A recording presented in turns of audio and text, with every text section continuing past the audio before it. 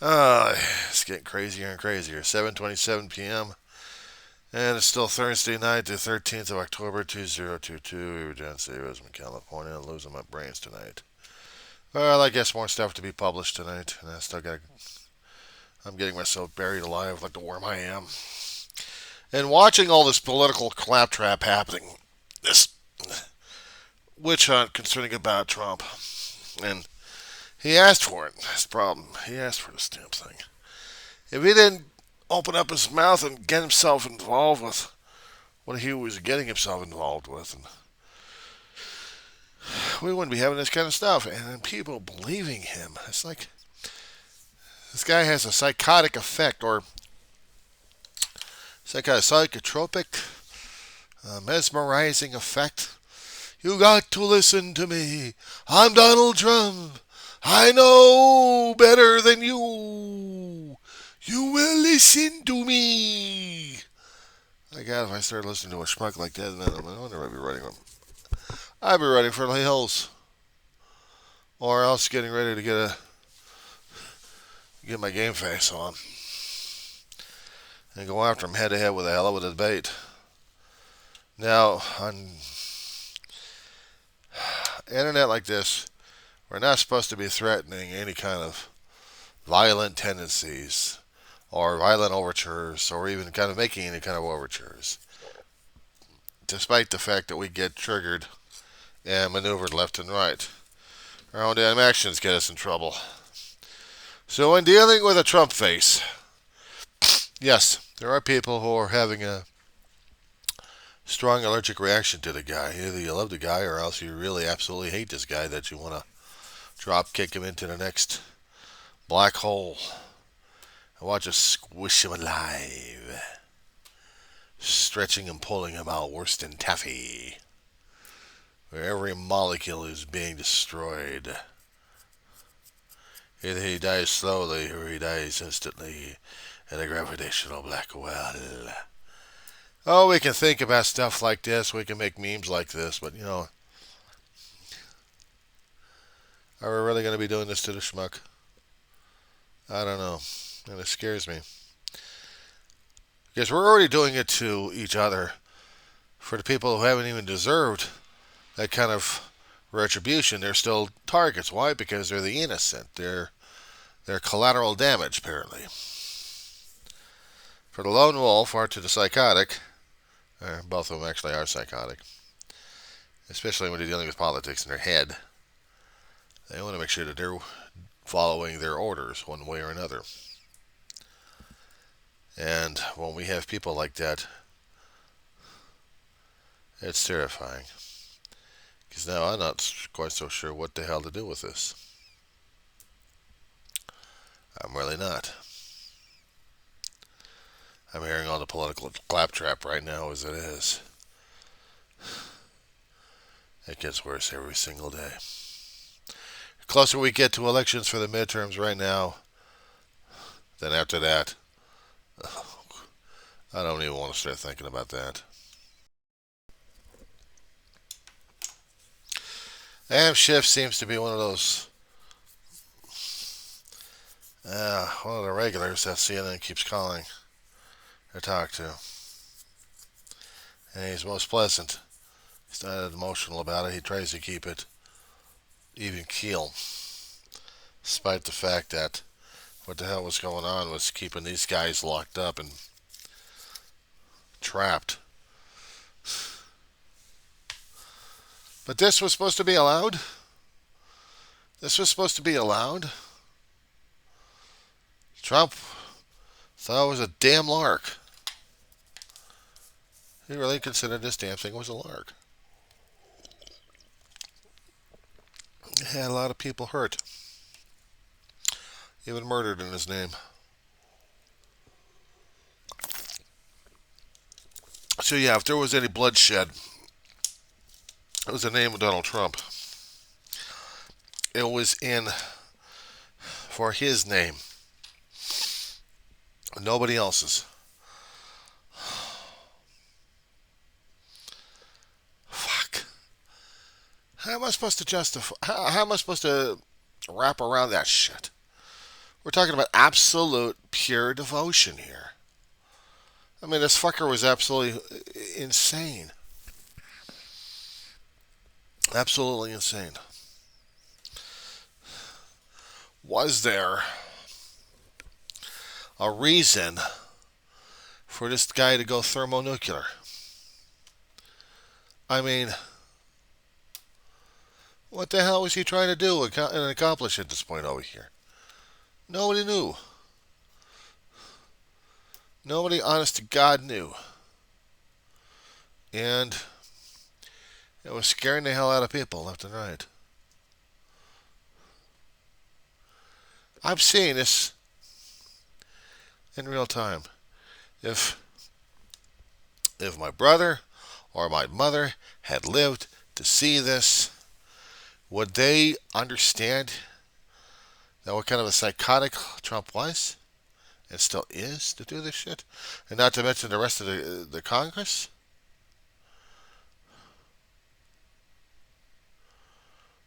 My mother would be going apeshit out of this one. And my brother's like, oh, shit. I mean, he wouldn't be going outside screaming and yelling his head off. He'd be looking at me. Well, what do you think? I think we're all fucked up, Dave, and we're in for it. Yeah, no shit.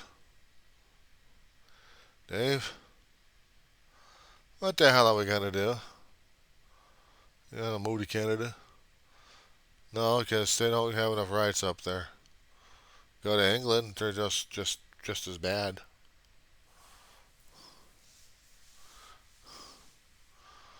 Go to Mexico, don't speak the language, but I like the food.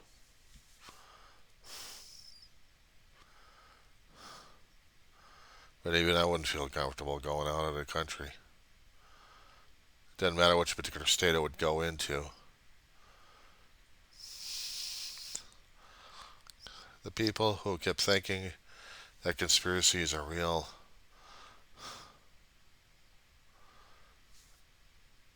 they think everything else is a lie. Even a flat earth society kept saying that the earth is flat. And you had people killing themselves over this damn shit, trying to prove it wrong. So while the political pundits are trying to talk about and trying to tear this thing apart left and right just to see if it's what's going on here, it's just this is not going to be over. They can cherry pick this whole damn thing, and it's not going to be over at this point. Because what we're dealing with is an insurrection that'll happen again. Even despite the federal laws that we may put in here strongly, it's the implementation and the enforcement of it that we still needed. And they didn't do it. Doesn't matter which particular group gets the blame. They all got the blame. Because it all happened on their watch. And the instigator is laughing his ass off still at this point because he's having a joke. He's having a lark. He wants to see it happen again. He wants to go back in the Congress. He wants to go back in the White House again and start this whole shit up. If I'm not mistaken, he'll probably introduce a law or have one of his flunkies introduce a law in the House to take away a certain amendment that only limits a president for 2 terms. Now, originally, before World War II happened and before the recession of the 1930s, there was no limitation on how many times someone could run for office. And because of what happened in World War II and in the Depression, we had a president die in office. He was doing the 3rd term in there. And then we had to get another one in there. Take over. But how about that one? Unlimited. It's like dealing with Putin all over again. Or on a constant basis right now as it is. And I don't think we could deal with that as Americans. because we're going to be seeing a constitutional monarchy here. And certain countries actually do have monarchies. They don't have people electing royal people in office. It's inherited. It's inherited. You're either born into it or you're going to be married into it. But you're still going to be a monarch one way or another. You're going to be part of the royal family. To have that happen, I'm I was fearing that we were going to be happening that already. But a lot of people want that. They have forgotten what history was a long time ago. And they've forgotten how screwed up authoritative regimes can be, even if we are dealing with a monarchy. We're dealing with an oligarchy system here. We are dealing with inherited leadership. We're dealing with an inherited person in charge of the country. Inherited or married into it. That's not what the founding fathers wanted in the first place. If they wanted that, we wouldn't have the Constitution as we have right now.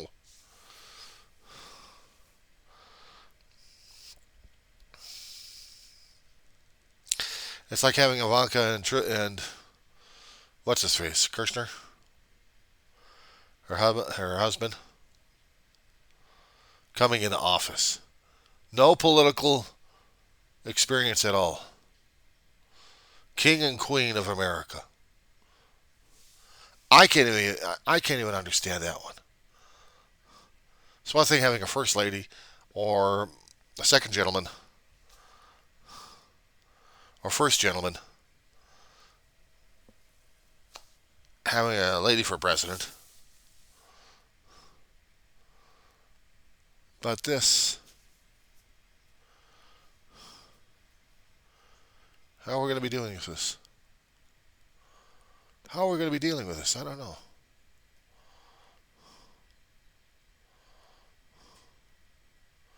First gentleman? Try that one. First gentleman of office. And you would have a lady president.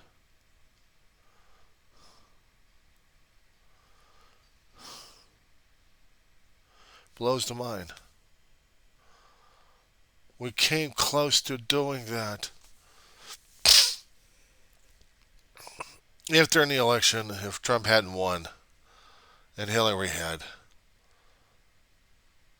Hillary Clinton as President Clinton, and then there's First Gentleman Clinton. But people was fearing too much that we would have the Clintons in office. We would have some kind of continuation of the Clintons in office.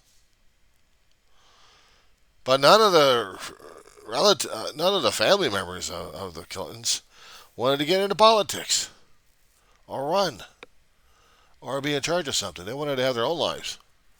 They didn't want to deal with the trappings of it. I don't blame them. Once you experience that much pressure over here, you wanted to stay the hell away from it. Do your own damn thing.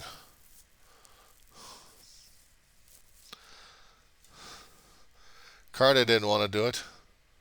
Carter got his own first term. That was it. Set for life. But he was involved with other things before he got into the office. That was the thing. It wasn't a business. It was just charities and helping people left and right. His ministry. Makes a better minister than he did a president. But at the time, well, we needed one for certain actions. Economics was not exactly his forte, but helping people was. And talking to people. That's one of the only thing I remember more about Carter. Instead of the gas crisis, instead of the Iranian situation happening at this point over here, was President Carter sitting down to talk to Anwar Sadat and Menachem Begin and having these two guys talk with each other. Sadat of Israel, Begin of Egypt. No, I think Begin was Israel. And Sadat. I gotta figure that shit out. Oh, God, I'm losing it tonight. Alrighty, let's see.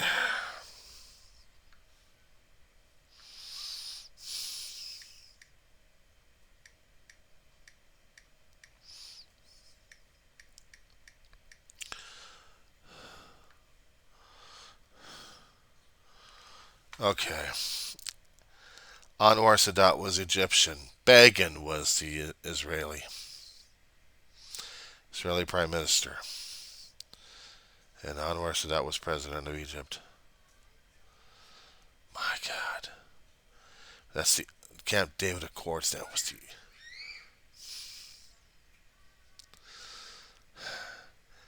was the one major thing I remembered in my life back in the 70s. I remember the gas crisis and everyone else blamed Carter for it. But I didn't think about the damn gas crisis or blamed Carter. I was saying something about Egypt and Israel making peace pact. They didn't go over each other's borders. They didn't conquer any more lands from each other. They kept it as is, status quo,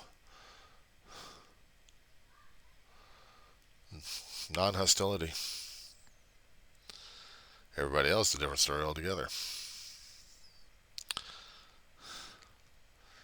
That's the thing I remember concerning about it. This particular nightmare concerning about this century, we've got a century of terrorism from external and internal. Internal, we have our own people trying to kill each other because our own ideals have turned against us. We had other people trying to turn against us one way or another. And what we ended up? A civil war that might turn more and more bloodier each year because we can't get our act together. They're worried about people doing violence probably right after a midterm, maybe even before the 2024 election, or maybe afterwards. And that does frighten me because I don't know what the hell we're going to be dealing with during that time. If I happen to live longer than that, I'll be surprised.